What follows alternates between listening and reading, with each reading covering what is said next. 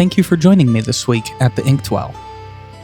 This week, we're taking a look at Maruzen Athena Eternal Blue, what some would consider a grail among fountain pen inks.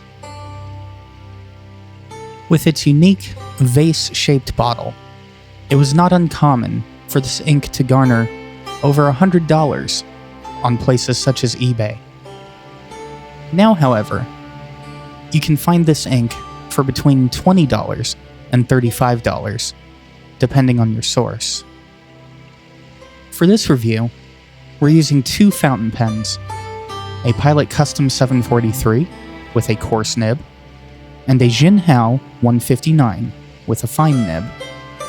Both have been thoroughly cleaned before the writing samples. The first sample is written on Tomoe River paper, with the Pilot Custom 743 on the left and the Jinhao 159 on the right.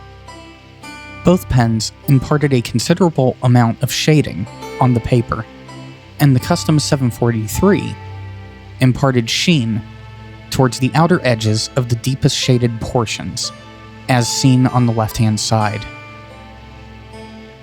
Even the Jinhao 159 showed a considerable amount of shading, considering the dryness of the feed. And despite the extended dry time seen on this paper from both pens, during the water test, although there was a considerable amount of bleeding, the ink held up very well and is still legible. Now moving on to Clairefontaine, and already the difference is clear.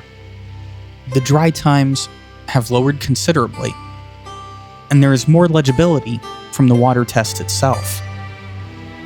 Though it is apparent that there is more inconsistency from the coarse nib of the Pilot pen.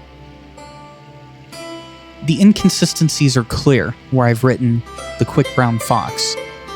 Unlike the Tomoe River paper, there are more lighter marks and less shading in a predictable pattern. There is, however, benefit to be gained from the decreased dry time and the increased water resistance of the Clairefontaine paper. Now, moving on to Rhodia dot grid. And once again, the difference is clear.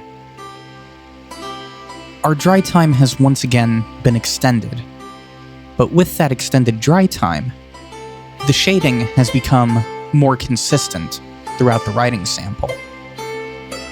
The quick brown fox now shows the same consistency in shading and sheen that we saw on the Tomoe River paper. The dry time is also reminiscent of the Tomoe River, though slightly quicker, with better water resistance and also increased legibility. I also found the sheen to be more pleasant on Rhodia Dot Pad. Thank you for joining me on this brief look at Maruzen Athena Eternal Blue. If you have a chance to purchase a bottle of this ink, do not hesitate to buy. It is a unique ink with a very beautiful bottle. It is versatile in both shading and sheen. It is a pleasant blue color. Though I will warn you, if you've ever taken time to smell a dry erase marker, then you have smelled this ink. Also, to say thank you to my viewers, I will be giving away this 6 milliliter vial of Athena Eternal Blue. Like the video, comment below, and in 2 weeks, I will pick the recipient.